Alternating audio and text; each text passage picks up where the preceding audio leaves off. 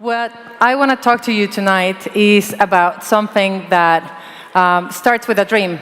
And I think that I'm talking to the right audience here because when I see you all, and the reason why you're all here is because you had a dream and you made that dream so much a reality that you're able to be in such an amazing conference like DLD. This is one of the best conferences in the world, so you all have made this, made it so well to make it. The dream of the people that you see in the pictures is the dream that I have, which is the dream of the organization I work for, which is a world free of AIDS, tuberculosis, and malaria. We're very good at that. What we're not so good at is actually getting the story of the Global Fund of AIDS, tuberculosis, and malaria out there the way you do.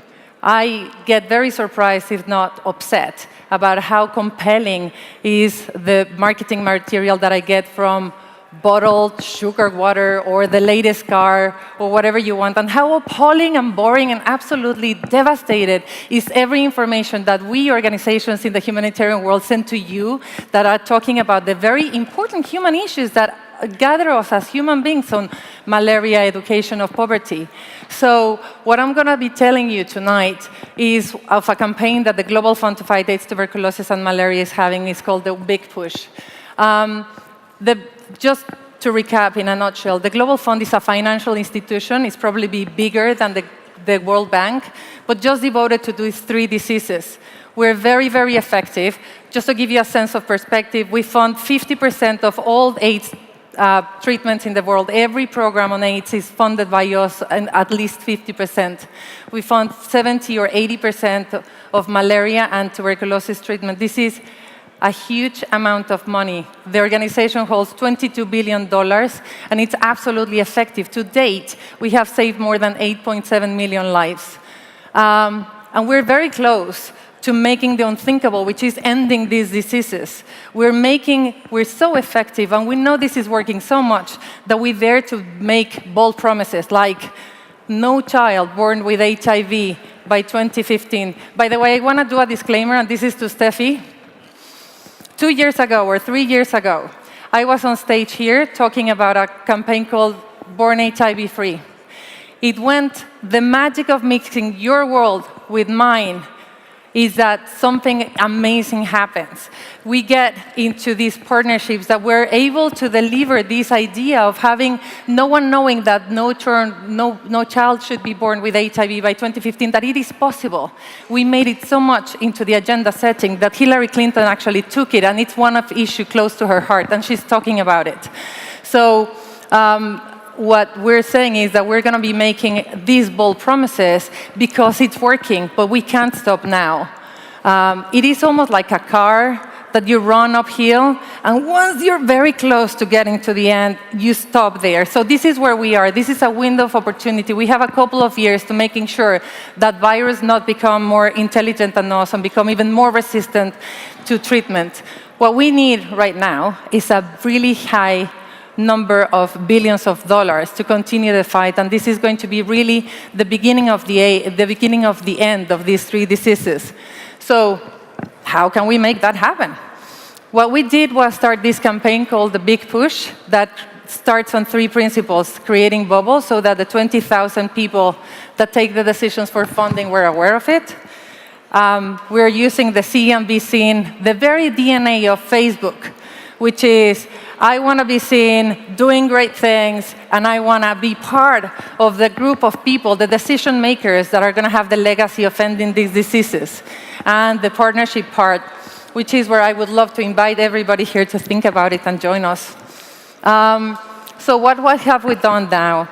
I think that there's no way that we can think of an online, offline world. You have to be mixing offline and online. So online, we launched this campaign in September with a dedicated page at the Huffington Post. We were actually thinking of doing it at the New York Times, but I probably don't know the right people. So we went to the Huffington Post, and we started with this campaign that dedicated this amazing page to us that is based on us becoming almost like recruiters for bloggers. So we tell you that you work in the UK government, hey, you're doing amazing things, you should blog about it. Or you have an NGO, or you have a company that is doing things like that. Come and blog about it. We will give you the eyeballs from the Huffington Post, and you can show off how great you are. The other item that is related to the Huffington Post strategy, if you want, is portraits.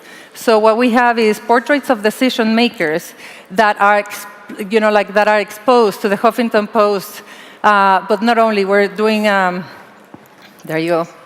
We're doing a big display of the portraits. I'll show you in a second. Offline, we went to Clinton Global Initiative, had a conversation with President Clinton. We did events hosted by the Secretary General. We launched to the digital group, which is so important to us in New York at Mashable. So what's next? What's next for the big push for us? And this is just the beginning of this campaign. We're going tomorrow to Davos. Those of you that are in Davos, I really hope that by the end of next week, you can tell me whether you've seen us.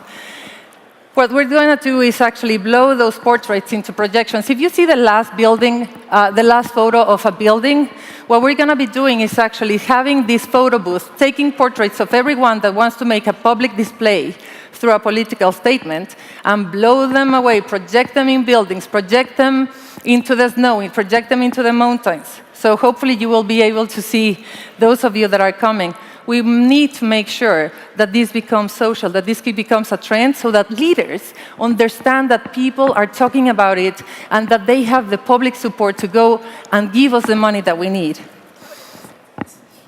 Yeah, there you go. And we're also going to be creating conversations with amazing, for those of you that are in Davos and want to come, we're having an amazing event with Charlize Theron, the CEO of Coca-Cola, and the Global Fund. So talk to me if you want to come with us to put the big push on the agenda. So I want to finish this with one thing. What can you do?